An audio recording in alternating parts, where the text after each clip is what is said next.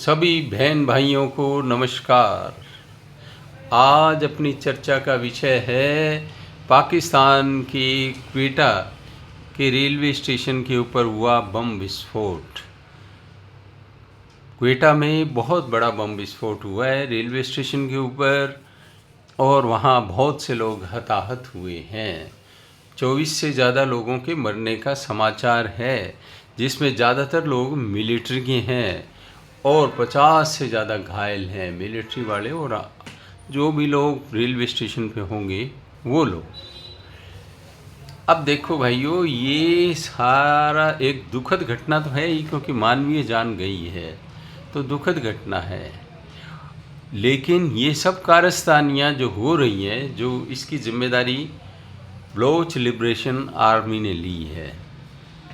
ये सब जो घटनाएं हो रही हैं ये पाकिस्तान के कर्मों का फल है, क्योंकि हमारे दर्शन शास्त्र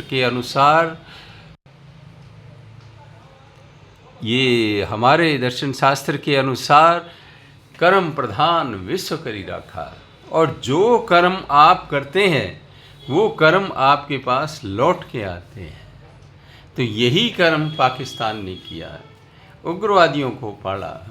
और फिर क्या है कि वो उग्रवादियों को पाला तो उग्रवादी, जैसे हिलेरी क्लिंटन जो यूएसए की फॉरेन मिनिस्टर थी, उसने कहा कि अपने पिछवाड़े में यदि सांप पालोगे, घर के पिछवाड़े में सांप पालोगे तो ये मत सोचोगे पड़ोसियों को डसेंगे, वो तुम्हें भी डस सकते हैं। आज पाकिस्तान की यही हालत है। और हमारे प्रधानमंत्री ने कहा था कि हमें मिटाने की कोशिश करने वालों से कह दो कि चिंगारी का खेल बुरा होता है। ये अटल बिहारी जी ने कहा था। कितनी सही बात है। और आज पाकिस्तान में देखो, खैबर पख्तूनख्वा में विद्रोह और टीटीपी जो तहरीक तालिबान पाकिस्तान है वो, और अफ़गानिस्तान के तालिबान का भी उनको समर्थन है। सिंध में देख लीजिए, वहाँ सिंधिस्तान की मांग चल रही है, आज़ाद कश्मीर भारत में मिलने को हो रहा है। अफ़गानिस्तान कह रहे हैं कि हम डुरंड लाइन को मानते ही नहीं, खैबर पख्तूनख्वा हमारा है भाई। तो भैया, जब तुम दूसरों के घर जलाने के लिए कोशिश करोगे तो खुद का घर पहले जलता है। और ये लोग एक तरफ तो जब भूख मर रहे हैं, आटे की समस्या हो रही है, सड़कों पे आटे के लिए झगड़े हो रहे हैं, तब भारत से मांग करते हैं सहयोग की, व्यापार की। खुद ही बंद करते हैं व्यापार को जोश में आकर के। और जज्बे वाली कौम, जोश से काम नहीं चला करता, होश जरूरी है। एक तरफ व्यापार की मांग करना क्योंकि खुद फंसे हुए हैं, और दूसरी तरफ उग्रवादी भेजना, तीसरी तरफ अपने घर में भी उग्रवादी पालना एक इंडस्ट्री की तरह, और मीठी बातें करना। इसको कहते हैं भैया अल-तकैया। और अपनी मिलिट्री का मोटो बना रखा है जिहाद। और जिहाद की सही डेफिनेशन समझनी हो तो पाकिस्तानी मौलानाओं के पास जाओ।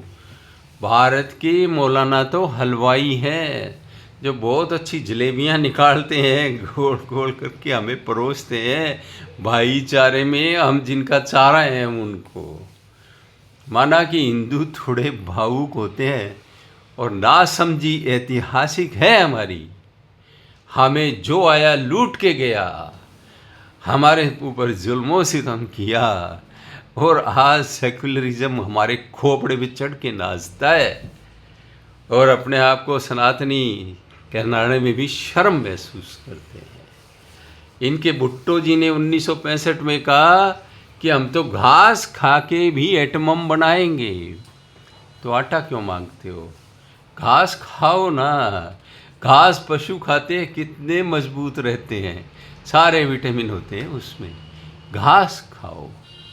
तुम्हारे प्रधानमंत्री के कहे अनुसार, तुम्हारे एक और प्रधानमंत्री जियाउल हक ने कहा, जब 1971 में बांग्लादेश अलग हो गया तो कुछ कर तो पाए ही नहीं, तो अब ये करना है कि हमें इंडिया को एक पॉलिसी बनाते हैं, ब्लीड इंडिया विथ 1000 कट्स, हज़ारों घाव हमें देने का निरंतर प्रयास करते हो, लेकिन हमें सरवाइव करने की आदत है।